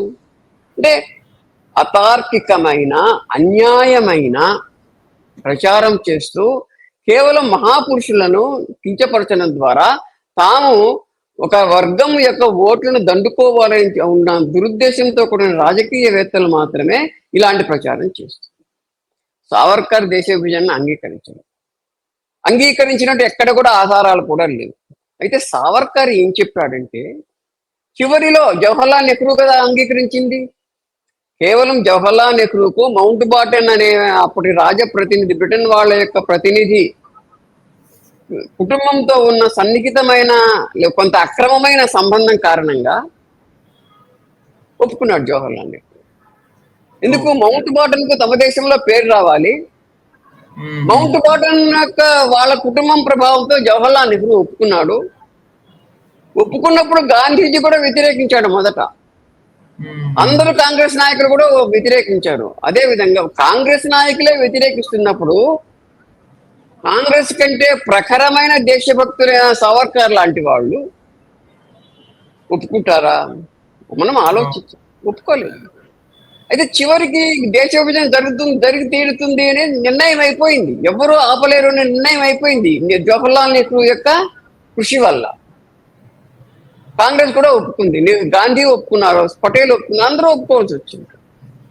ఎందుకు ఒప్పుకున్నారు ఇంతమంది పెద్ద పెద్ద వాళ్ళంతా జవహర్లాల్ నెహ్రూ వంటి వాడి యొక్క మాటను? అంటే ఈ దేశం యొక్క కర్మ, అది దేశం యొక్క దురదృష్టం. వ్యక్తికి ఉన్నట్టుగానే దేశానికి కూడా, జాతికి కూడా ఒక రకమైన కర్మ ఉంటుంది అనిపిస్తుంది. అలా జరిగినప్పుడు సావర్కర్ ఏం చెప్పాడంటే, మీరు దేశాన్ని విభజిస్తున్నప్పుడు మీరు అక్కడ ఉండే హిందువులు నెట్టు వాళ్ళు ఉండనివ్వరు అక్కడ. ఎందుకంటే జిహాదీలు ప్రభుత్వ నాయకులైనప్పుడు ఇస్లాం మతస్థులు తప్ప మిగతా వాళ్ళు ఎవరు ఉండడానికి వీల్లేదు. ఇందులో మొట్టమొదటి జిహాదీ ఎవరు అంటే మహమ్మద్ అలీ జిన్నా, ముస్లిం లీగ్ నాయకుడు. అతను మొట్టమొదటి రాష్ట్రపతి కూడా పాకిస్తాన్. అతను ముందు నుంచి చెప్తున్నాడు, మాకు 9 కోట్ల మంది ఇస్లాం మతస్థులుండే మాత్రమే ఉండే దేశం కావాలి. మీరు 19 కోట్ల మంది హిందువులు ఉండే దేశాన్ని మీరు తీసుకోండి. హిందువుల సంఖ్య ఇంకా ఎక్కువ అనుకోండి, తీసుకోండి. మీ దేశంలో ఇస్లాం మతస్థులను ఉంచకండి, మా దేశంలో మేము హిందువుల్ని ఉంచము అని స్పష్టంగా చెప్తూ వచ్చాడు. చివరి వరకు కూడా మహమ్మద్ అలీ జిన్నా దేశ విభజన జరిగే వరకు కూడా. అప్పుడు సావర్కర్ ఏమన్నారంటే, అది కరెక్టేను, వాళ్ళింట్లో అక్కడ బతకనివారు హిందువుల్ని, వాళ్ళింటి తోలేస్తారు ఇక్కడికి, మనం కూడా ఇస్లాం మతస్థులందరినీ అక్కడికి పంపించాలి, అంటే జనాభా మార్పిడి జరగాలి అని మాత్రమే సావర్కర్ చెప్పారు. ఇంకా చాలా మంది చెప్పారు. వాళ్ళు చెప్పిన వాళ్ళు సావర్కర్. అంటే ఇప్పుడు చూడండి, ఈనాడు ఇన్ని సమస్యలు వస్తున్నాయి కదా. 6% ఆనాడు ఉన్న ముస్లింలు, ఇంకా తక్కువ 6% కంటే ఖండిత భారత్లో ఈనాడు 16% వరకు అయిపోయింది. అయిపోయి అందరూ వాళ్ళు కూడా మేము భరతమాత బిడ్డలం అనుకుంటే వాళ్ళు హిందువులే. ఇస్లాం ఒక మతము, హిందుత్వం మతం కాదు. అనేక మతాలు హిందుత్వంలో ఉన్నాయి. కాబట్టి ఈ మతాలతో పాటు ఇస్లాం వాళ్ళు కూడా భరతమాతను తమ తల్లిగా భావిస్తూ తమ యొక్క సంస్కృతి కూడా హిందూ సంస్కృతి, ఈ దేశం సంస్కృతిని భావించే వాళ్ళందరూ హిందువులే. కాబట్టి అటువంటి వాళ్ళు నేటి ఇస్లాం సమాజంలో చాలా 0.5% కూడా ఉండరు, సగం % కూడా ఉన్నారు, ఒక 1% ఉన్నారేమో. ఇప్పుడు వాళ్ళు హిందువులే, వాళ్ళకి సమస్య లేదు, వాళ్ళు హిందువులే, వాళ్ళు హాయిగా ఈ దేశంలో ఉంటుంది. కానీ మిగిలిన వాళ్ళ మాట ఏంటి? ఈనాడు కూడా ఇక్కడ తిండి తింటూ, ఇక్కడ నీళ్లు తాగుతూ, ఇక్కడ గాలి పీలుస్తూ పాకిస్తాన్కు, సౌదీ అరేబియాకు ప్రతినిధులుగా తయారైన జిహాదీలు ఎంతమంది ఉన్నారు? ఇన్ని కోట్ల మంది ఉన్నారు ఈ దేశంలో.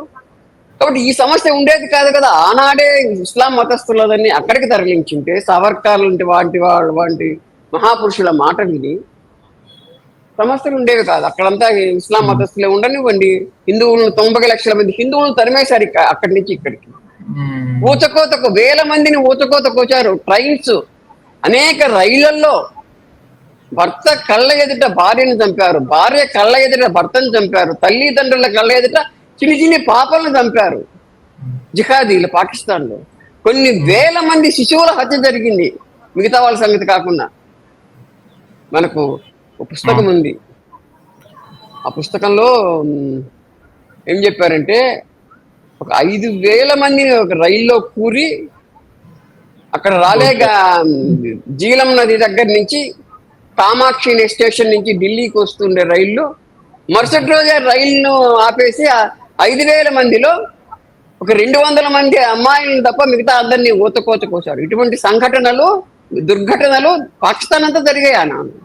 ఆ 2,000 మంది అమ్మాయిలను కూడా పెళ్ళైన వాళ్ళు తమ దగ్గర ఉంచుకున్నారు, వాళ్ళని పాడు చేశారు. మళ్ళీ భారతదేశానికి పంపుతామంటే 180 మంది రాలేదు, 20 మంది మాత్రమే వచ్చి ఇక్కడ లాహోర్ స్టేషన్లోనూ, తర్వాత ఢిల్లీ స్టేషన్లో కూడా వాళ్ళకి జరిగిన అన్యాయం చూస్తారు.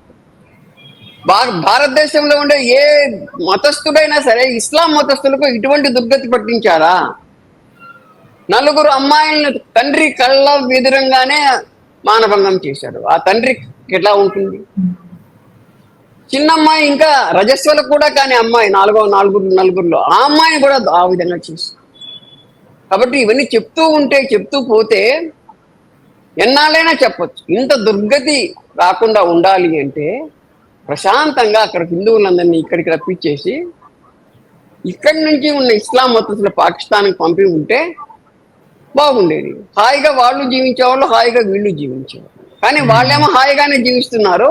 ఇక్కడ మాత్రం అనేక రకాలైన సమస్యలు సృష్టిస్తూ, బీభత్సకారులను ప్రోత్సహిస్తూ, ఈ దేశానికి వ్యతిరేకంగా నిరంతరం ఆలోచించే ఇస్లాం మతస్థుల జిహాదీల సంఖ్య కొన్ని లక్షల్లో ఈ దేశంలో ఉంది. అలాగే బంగ్లాదేశ్ నుంచి కూడా అంతే కదా. బంగ్లాదేశ్లో 33% ఆనాడు వైదిక మతస్థులు, అంటే హిందువులు. హిందువులు అంటే ఇస్లాం మతస్థులు కూడా హిందువులే అవుతారు, ఎందుకని భరతమాతను వాళ్ళు పూజిస్తే. పూజించిన వాళ్ళ సంగతి చెప్తుండేది నేను. కాబట్టి 33% ఉన్న హిందువులు ఈనాడు 8% కూడా లేరు బంగ్లాదేశ్. మిగతా వాళ్ళంతా ఏమైపోయారు? మరి ఈ దేశంలో ఇస్లాం మతస్థులకి ఏమైనా జరిగిందా? ఒక్క పల్లె నుంచి కానీ, ఒక్క పట్టణం నుంచి కానీ, ఒక నగరం నుంచి కానీ ఇస్లాం మతస్థులను ఎవరైనా తరిమేస్తున్నారా? వాళ్ళను 2వ తరగతి పౌరులుగా ఎవరైనా చూస్తున్నారా? ఇంకా మొదటి తరగతి పౌరులే కాదు, ప్రత్యేకమైన తరగతి పౌరులుగా వాళ్ళకు మనం అనేక రాజ్యాంగంలో కూడా ఆరక్షణలు కల్పించిన దేశం ఇది. ఎందుకు? ఇక్కడ హిందువులు భరతమాతను తల్లిగా భావించే వాళ్ళు ఎక్కువ ఉన్నారు, అక్కడ భరతమాతకు వ్యతిరేకంగా పనిచేసే వాళ్ళు ఎక్కువ ఉన్నారు ఆ 2 దేశాల్లో. కాబట్టి ఈ దుర్మార్గం రాకుండా, ఈ అవ్యవస్థ కాకుండా, ఈ భయంకరమైన బీభత్సకాండకు స్వజాతీయులు బలి కాకుండా ఉండాలి అంటే ఆనాడు సావర్కర్ చెప్పినట్టుగా చేసి ఉండినట్టయితే ఈనాడు ఇన్ని సమస్యలు ఉండేవే కాదు. అందరూ హాయిగా అన్ని మతాల వాళ్ళు హాయిగా ఉండేవారు. ఈనాడు కూడా ఈ దేశంలో అన్ని మతాల వాళ్ళు హాయిగా ఉంటున్నారు, ఇస్లాం మతస్థులతో సహా. కానీ పాకిస్తాన్లో ఏంటి, బంగ్లాదేశ్లో ఏంటి? వాళ్ళ దుర్మార్గాలకు నిదర్శనంగా లక్షల మంది శరణార్థులు ఈ దేశంలోకి ఇప్పటికీ వస్తున్నారు. ఈ దేశం పౌరసత్వం కోసం పడిగాపులు పడి ఉన్నారు. ప్రభుత్వం చట్టం చేసింది వాళ్లకు పౌరసత్వం ఇవ్వాలి అని. ఆ చట్టాన్ని కొంతమంది అనేక మంది ఇక్కడ వ్యతిరేకిస్తున్నారు. అంటే ఎంత దుర్మార్గం!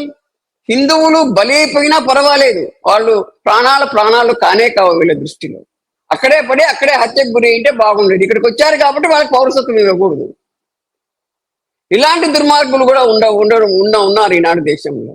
ఇప్పుడు ఈ సమస్యలనే లేకుండా ఉండాలి అంటే సావర్కర్ చెప్పినట్టుగా ఈ జనాభా మార్పిడి జరిగినట్టయితే ఇలాంటి వైపరీత్యాలన్నీ అవసరం ఉండేవి కాదు. ప్రభుత్వం చట్టం చేస్తే దాన్ని వ్యతిరేకిస్తున్నారు ఈనాడు. ఏం చట్టం చేసింది ప్రభుత్వము? కేంద్ర ప్రభుత్వము పాకిస్తాన్లో హత్యకు గురి కాకుండా పరిగెత్తొచ్చిన వాళ్లకు, బంగ్లాదేశ్లో హత్యకు గురి కాకుండా పరిగెత్తొచ్చిన వాళ్లకు, ఆఫ్ఘనిస్తాన్లో అక్కడ దుర్మరణం పాల్గొకుండా పరిగెత్తొచ్చిన వాళ్ళకు మేము మానవతా దృష్టితో ఈ దేశం యొక్క పౌరసత్వం ఇస్తామంటే ఇవ్వకూడదని చెప్తున్నారు. ఇక్కడ వీళ్ళు రాక్షసుల మానవులా ఇట్లా చెప్పేవాళ్ళు, ఇవ్వకూడదని చెప్పేవాళ్ళు. వీళ్ళకి మానవత్వం ఉందా? వీళ్ళకి అసలు మతం గురించి తెలిసినా, ధర్మం గురించి తెలిసినా, సంస్కృతి గురించి తెలిసినా, అసలు మౌలికమైన భూతదయ వీళ్ళకుందా అని అందరూ అడుగుతున్నారు.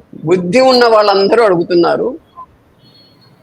ధర్మము న్యాయము కాదు, కనీసం తర్కం కూడా లేకుండా వాళ్ళకి ఇవ్వకూడదు పౌరసత్వం అని చెప్పిన వాళ్లకు ఏమి సమాధానం అంటే, సావర్కర్ చెప్పినట్టుగా దేశ విభజన జరిగిన సమయంలోనే వీళ్ళని అక్కడికి వాళ్ళు పంపించేసింటే, ఇస్లాం మతస్థుల్ని అక్కడికి పంపించేసి హిందువులందరినీ ఇక్కడికి తీసుకొచ్చేసినట్టయితే సమస్య ఉండేది కాదు. సరిహద్దు సమస్యలు, కాశ్మీర్ లేక్ దురాక్రమణ జరిగి ఉండేది కాదు. ఈనాడు బంగ్లాదేశ్ లో గోడ కట్టాల్సిన అవసరం ఉండేది కాదు. బీభత్సకాండను ఎదుర్కోవడం కోసం కొన్ని లక్షల కోట్ల రూపాయలు ప్రభుత్వం ఈనాడు ఖర్చు పెట్టాల్సి వస్తుంది. ఇదంతా ఉండేది కాదు. కాబట్టి దూరదృష్టితో ఆయన చెప్పిన విషయాన్ని జవహర్లాల్ నెహ్రూ ఒప్పుకోలేదు. అన్నిటికీ మూలభూతమైన అన్ని సమస్యలకు ఈ దేశంలో ఎవరు మూల కారకుడు ఉంటే జవహర్లాల్ నెహ్రూ.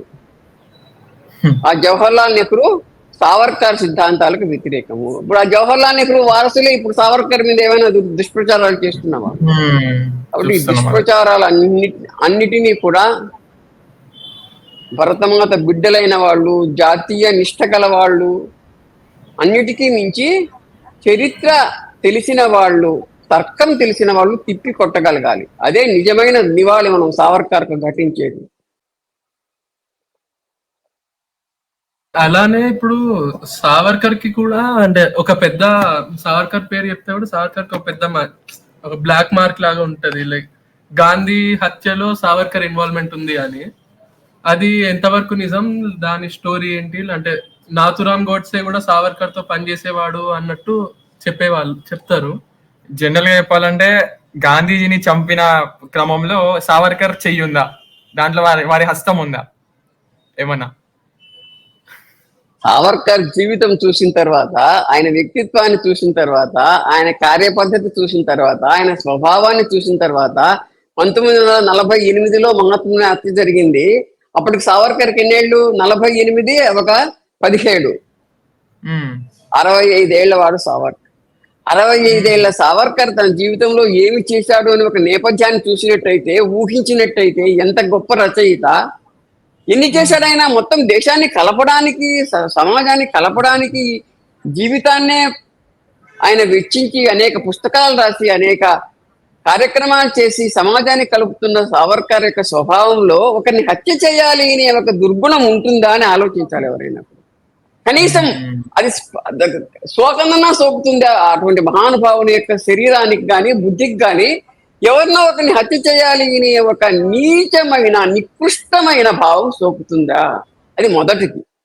ఇది స్వభావాత్మకంగా మనం ఆలోచించాం. కానీ చరిత్ర కూడా ఏం చెప్తుంది? ఆయన నిర్దోషిని తీర్పు న్యాయస్థానం, ఆయన నిర్దోషి న్యాయస్థానం తీర్పు చెప్పిన తర్వాత మళ్ళీ సామాన్యంగా ఏం జరుగుతుంది? ఎక్కువ మంది మీద అభియోగాలు వస్తాయి, నిర్దోషుల మీద కూడా అభియోగం వచ్చినంత మాత్రాన వాడు దోషి కాదు కదా. న్యాయస్థానం విచారించి నిజాన్ని నిగ్గు తేల్చింది. ఎవరు దోషి? ఒక నాథూరామ్ గాడ్సే మాత్రమే దోషిని వాళ్ళు నిర్ధారించింది, అంతే కదా. సావర్కర్ దోషి కాదు నిర్ధారించారు కదా. అలాగే చాలా మంది ఇంకా మహాపురుషులు ఎవరు, వాళ్ళందరి పేర్లు పెట్టారు అక్కడ. ఎందుకని? ఈ దుర్మార్గమైన ఒక ఏమిటంటే, జవహర్లాల్ నెహ్రూ అనేవాడు వాళ్ళ నాయన కాలం నుంచి కూడా వాళ్ళు తినడము, తిరగడము, అనుభవించడము అంతే వాళ్ళు చేసిన పని. రాజీవ్ గాంధీ వరకు, రాహుల్ గాంధీ వరకు కూడా, మోతీలాల్ నెహ్రూ దగ్గర నుంచి మొదలు పెడితే వాళ్ళకేంటి, వాళ్లకు అడ్డొచ్చే వాళ్ళు ఎవరు కూడా ఉండకూడదు, వాళ్ళను విమర్శించే వాళ్ళు ఎవరు ఉండకూడదు. వాళ్ళ మీద కేసులు బనాయిస్తారు, వాళ్ళని జైలులో పెడతారు, వాళ్ళను రకరకాలైన హింసలకు గురి చేస్తారు. అయినప్పటికీ కూడా ఎవరు లొంగిపోలేదు కదా. అలా లొంగని వాడు సావర్కర్. అదేవిధంగా జవహర్లాల్ నెహ్రూ ప్రభుత్వం ఆనాడు ఒక నిర్దోషి అయిన దేశభక్తులైన సావర్కర్ మీద మోపిన నింద అనేది నిజం కాదు న్యాయస్థానాలు చెప్పాయి, చరిత్ర చెప్తుంది ఆయన స్వభావం ఎటువంటిదో. అటువంటి మహాపురుషుడు గాంధీని హత్య చేయమని ఎవరైనా ప్రేరేపిస్తాడా? చేయాలని అనుకుంటు. గాంధీనే కాదు, ఒక దుర్మార్గుడిని కూడా హత్య చేయాలని అనుకోడు. అటువంటి గాంధీని హత్య చేయాలని ఎందుకు అనుకుంటారండి? కాబట్టి ఈనాడు కానీ ఆనాడు కానీ వారు నిర్దోషి తేలినప్పటికీ కూడా, ఈనాడు రాష్ట్రీయ స్వయం సేవక సంఘం మీద కూడా ఆనాడు ఆరోపణ వచ్చింది కదా, దాన్ని నిషేధించారు కదా. తర్వాత నిషేధం ఎత్తేసారు, వాళ్ళు నిర్దోషులని తేలింది. మరి ఈనాటికి కూడా కొంతమంది వెధవులు చెప్తూనే ఉన్నారు కదా, ఆ రాష్ట్రీయ స్వయం సేవక సంఘం గురించి ఆరోపణలు చేస్తూనే ఉన్నారు కదా.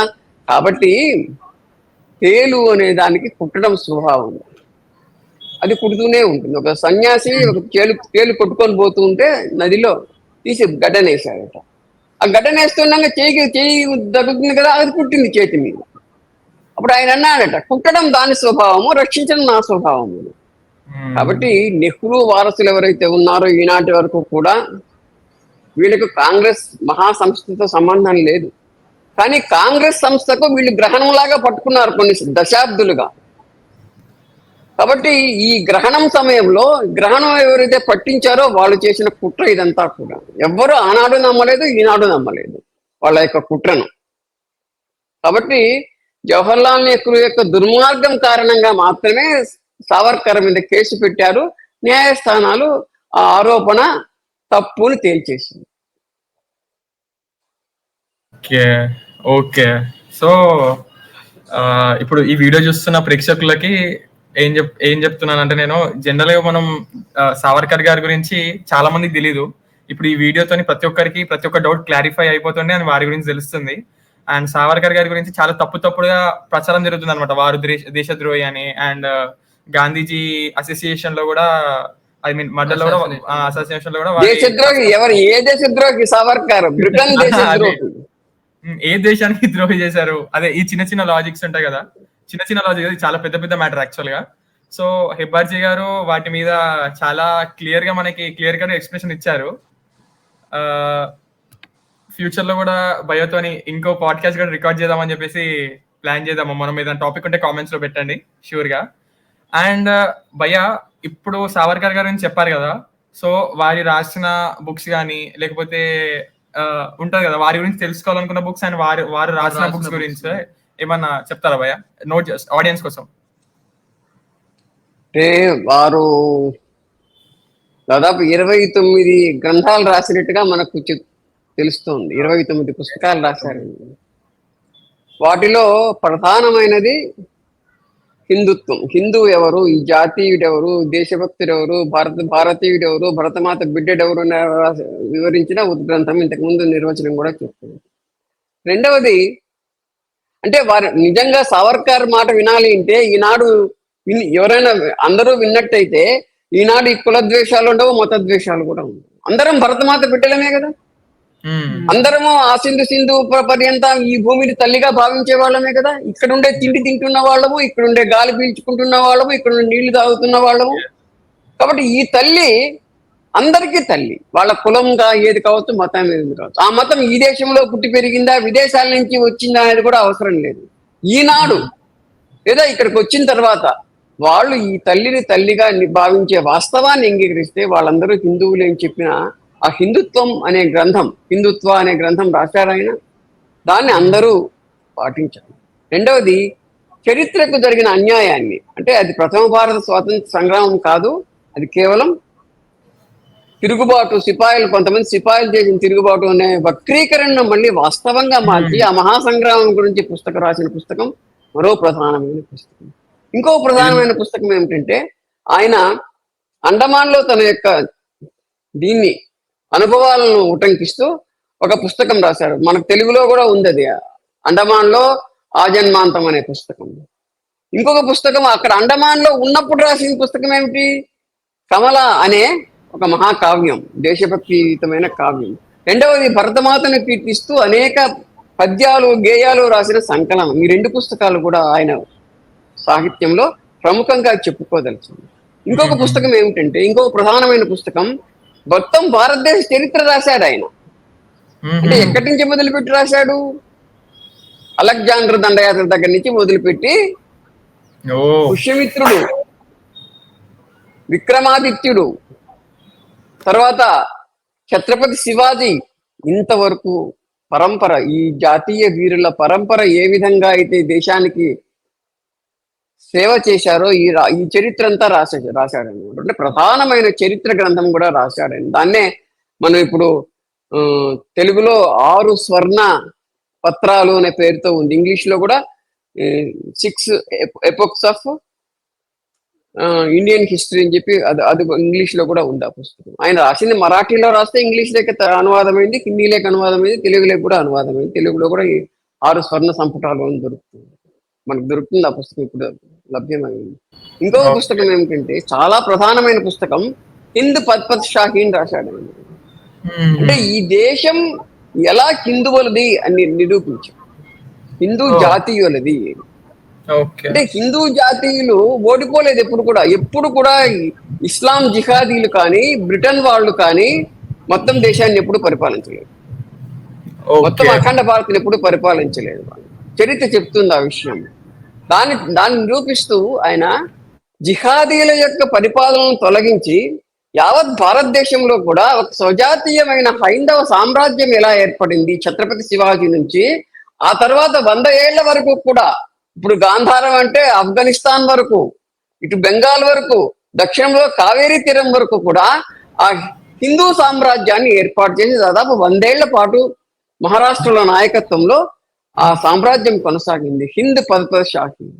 కాబట్టి అందుకే మనం ఇది హిందూ సామ్రాజ్య దినోత్సవం ఎందుకు జరుపుకుంటున్నాం?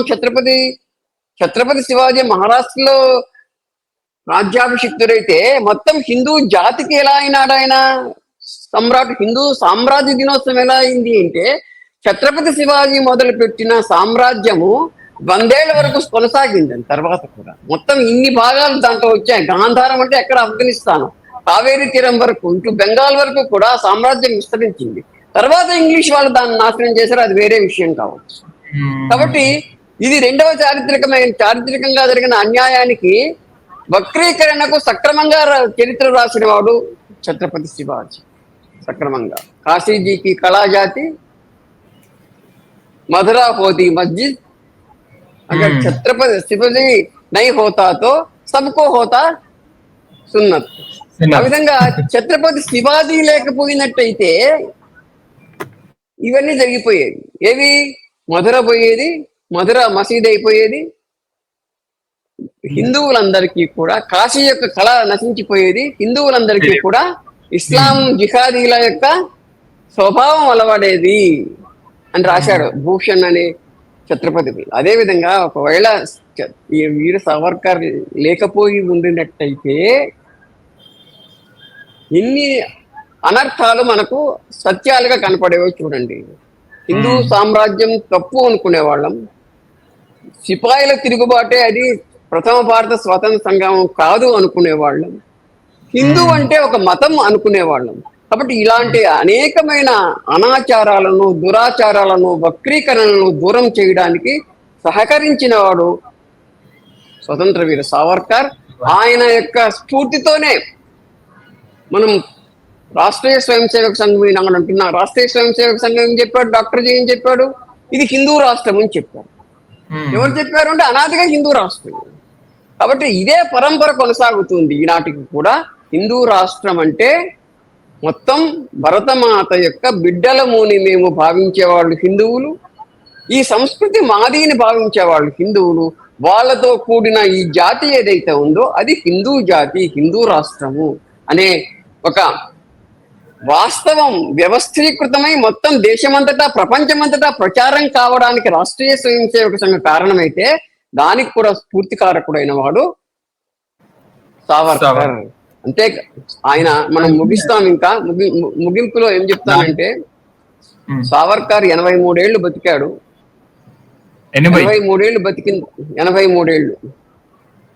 బతికిన తర్వాత ఆయన ఒక యోగి వలె, ఒక సన్యాసి వలె, ఒక తపస్సు చేసిన మహా ఋషి వలె ఆయన ప్రాయోపవేశం చేసి సహజ మరణాన్ని పొందాడు.